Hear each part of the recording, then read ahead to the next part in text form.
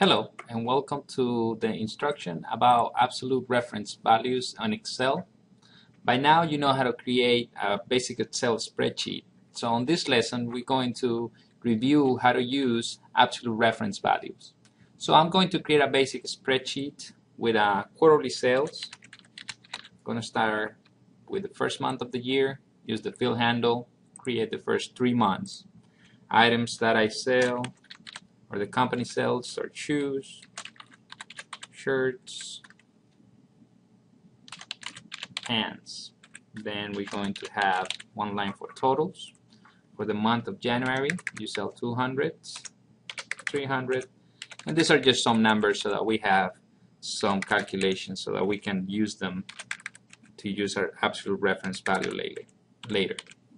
For pants, you got 400, you got 300, you have 500. Okay, now we do the totals. We just use the auto sum button. It will total up this column, and we just use the fill handle to go across.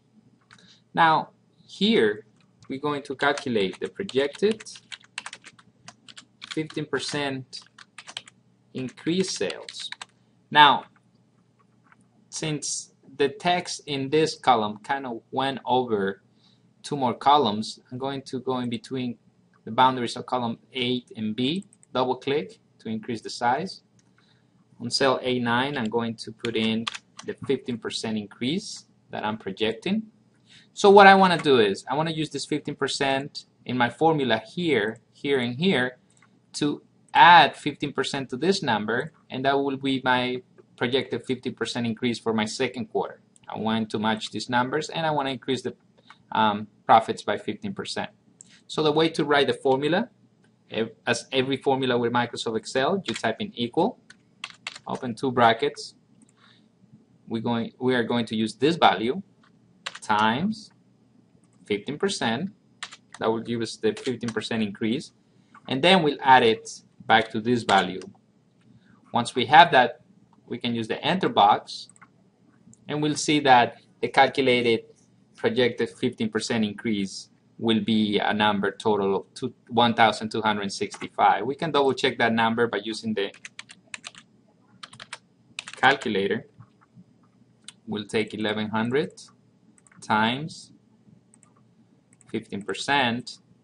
Will increase in our sales by $165, and the total will be, adding the 1,100 again, 1,265. Now the problem that we have is we use the fill handle to copy this formula to the adjacent cells. We notice that this number and this number stay the same. This number and this number stay the same. Now, why does that happen? If we double click at this formula, we see that the reference that we're using for 15% is A9.